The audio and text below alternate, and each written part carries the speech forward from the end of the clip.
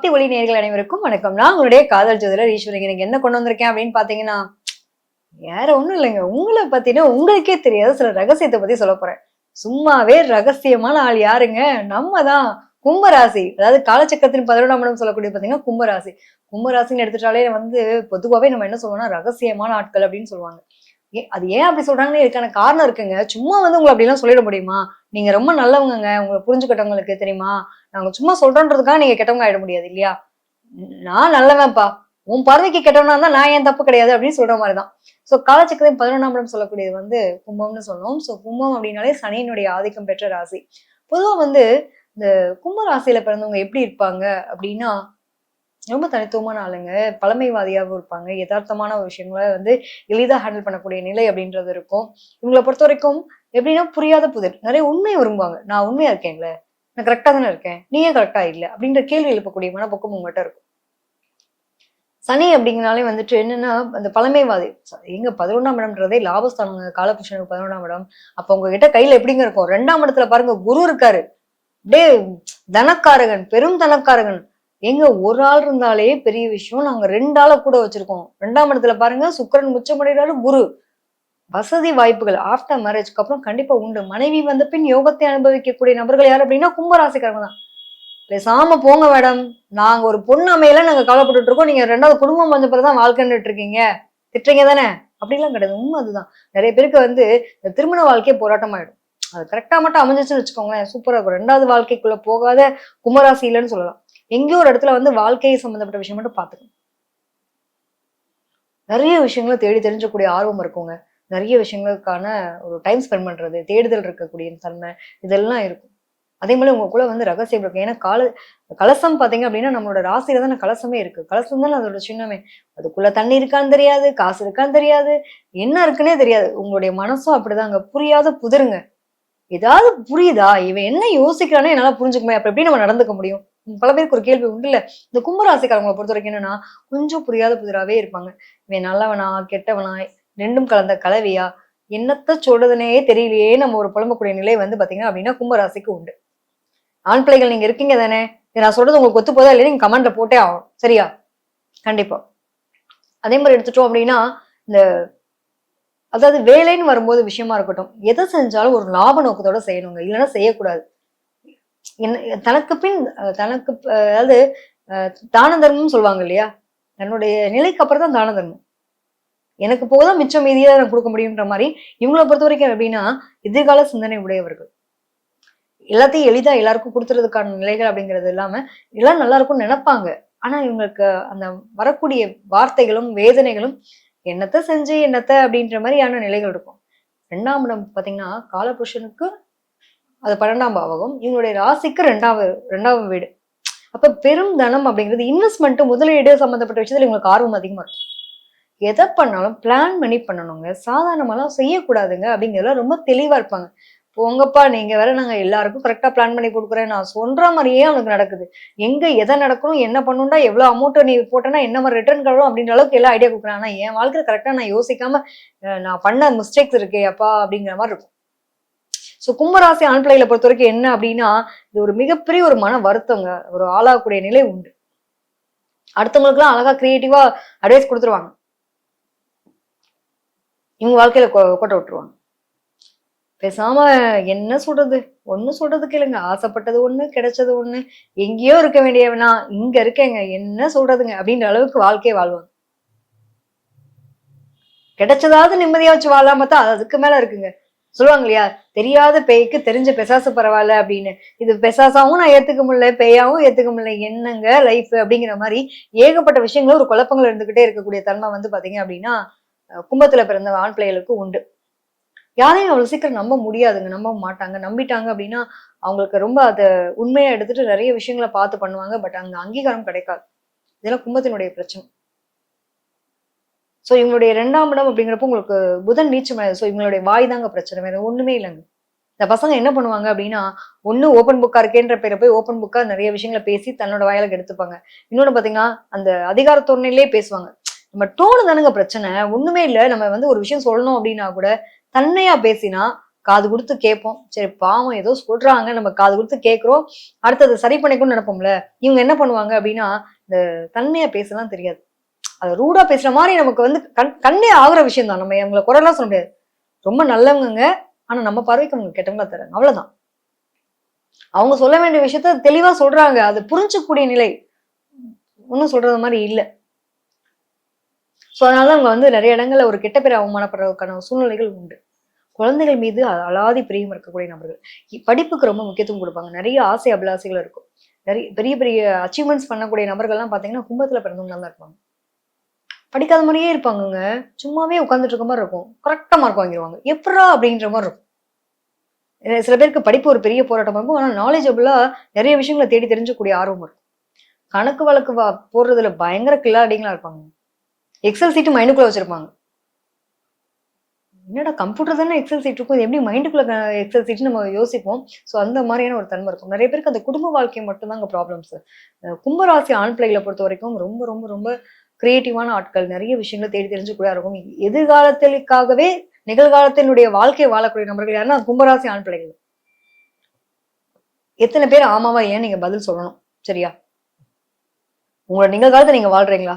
இல்லைங்க, என் குடும்பத்துக்காக, என்னோட குழந்தைகளுக்காக, என்னோட எதிர்காலத்துக்கு, என்னுடைய தேவைக்காக இன்னைக்கு எல்லாம் இன்வெஸ்ட்மெண்ட் பண்ணி வச்சுட்டு இருக்கேங்க, ஓடிட்டே இருக்கேங்க. ஆனா அவ்வளவு உழைக்கிறேங்க, எனக்கான அங்கீகாரம் கிடைக்க மாட்டேங்குது. எனக்கான ஒரு நிலை கொடுக்கறதுல பெரிய போராட்டம் இருக்கு. கண்டிப்பா இவங்க எல்லாம் பாத்தீங்கன்னா ஒரு வாழ்க்கையில நிறைய அனுபவம், ஒரு வாழ்க்கையில முதல் வாழ்க்கை தோல்வியா இருந்திருக்கணும். அதே மாதிரி பணம் சம்பந்தப்பட்ட விஷயத்துல ஏமாற்றங்கள் இருந்திருக்கும். முதல் தொழில் தோல்வி அடைஞ்சுதான் வெற்றி பெற்றிருப்பாங்க. ஆனா அதே மாதிரி உங்களுக்குள்ள வந்து சொல்ல முடியாத மனவேதனைகளும் சில ரகசியங்களும் உங்கள்கிட்ட இருக்கும். அதே மாதிரி ரகசிய பணம் இருக்கக்கூடிய அமைப்பும் உண்டு. அதாவது பொதுவா வந்து நம்மளுடைய பார்ட்னர் அப்படிங்கிறவங்க வந்து இவங்களுக்கு அந்த சவுண்டா பேசுறது, கத்துறது, கோவப்படுறது இதெல்லாம் பிடிக்காது. ஆனா கரெக்டா பாத்தீங்கன்னா பார்ட்னர் அப்படிதான் அமைவாங்க. கும்பத்திலுடைய ஆண் பிள்ளைகளை பொறுத்த வரைக்கும் என்னன்னா நிறைய அச்சீவ்மெண்ட்ஸுங்க, நிறைய பேர் புகழ் எல்லாம் கிடைக்குங்க. வெளியில பார்க்கும்போது மரியாதை எல்லாம் இருக்கும். வீட்டுல வந்து பாத்தீங்கன்னா பெருசா சொல்லிக்கிற மாதிரி இவங்க புரிஞ்சுக்காதவங்களா இருப்பாங்க.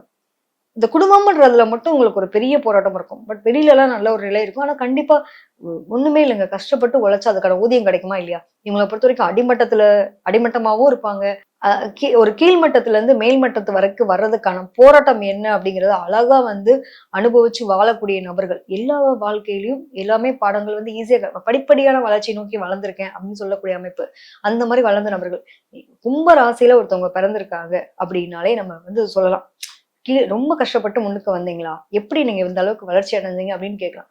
ஒரு பெரும் தனத்தை வந்து கையில பார்க்கக்கூடிய பிராப்தி உங்களுக்கு உண்டு.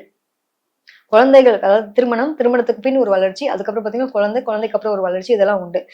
ஒரு டீனேஜர் கிராஸ் பண்ணும்போது படிக்கல நிறைய ஸ்ட்ரகிள் வரும். ஏன்னா 2ஆம் இடத்துலயே பாத்தீங்கன்னா புதன் நீச்சம்.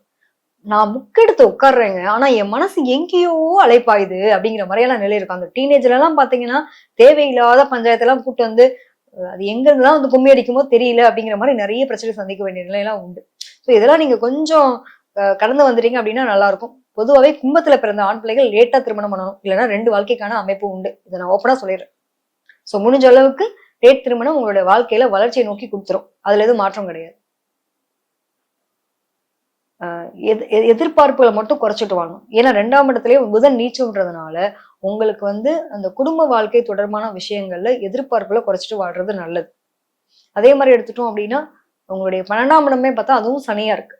ஸோ ஜெனட்டிக் மரபு ரீதியான விஷயங்கள்ல உங்களுக்கு என்னென்ன நல்லது இருக்கு கெட்டது இருக்கோ அது எல்லாமே உங்களோட லைஃப்ல பின்தொடரக்கூடிய நிலை இருக்கும்.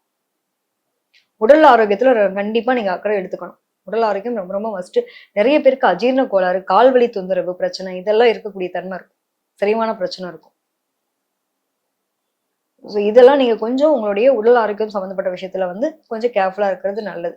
அதே மாதிரி பார்த்தோம் அப்படின்னா 8ஆம் பாவகம் அப்படின்னு சொல்ற மாதிரி உங்களுடைய ராசிக்கு வந்து 8ஆம் பாவகம் அப்படிங்கிறது உங்களுக்கு காலபுருஷனுக்கு 6ஆம் பாவமா இருக்கிறதுனால முடிஞ்ச வரைக்கும் இன்வெஸ்ட்மெண்ட் முதலீடு எதா இருந்தாலும் டாக்குமெண்டேஷன் சைன் இல்லாம யாருக்கு எதை எழுதி கொடுக்கறதோ செய்யறதோ பணம் கொடுக்கறதோ வாங்கலாம் ரொம்ப கவனமா இருக்கிறது ரொம்ப நல்லது. இல்லைன்னா பிரச்சனை சந்திக்கக்கூடிய நிலை வந்துடலாம்.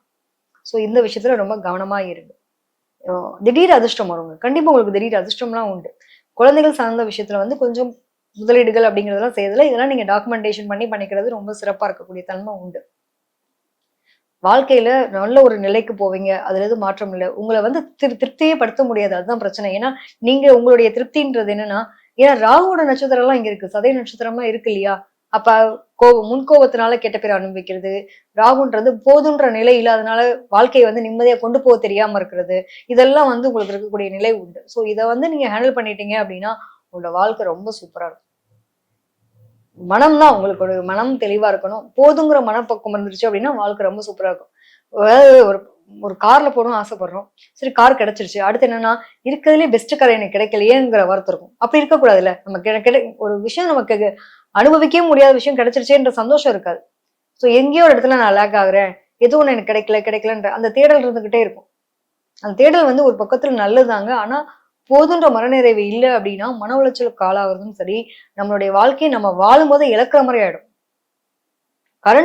இன்னைக்கு ஒண்ணும் இல்லங்க. இன்னைக்கு நம்ம எத்தன பேருக்கு வந்து ஆசைப்பட்ட உணவ சாப்பிடுறதுக்கான பிராப்தி இருக்கு.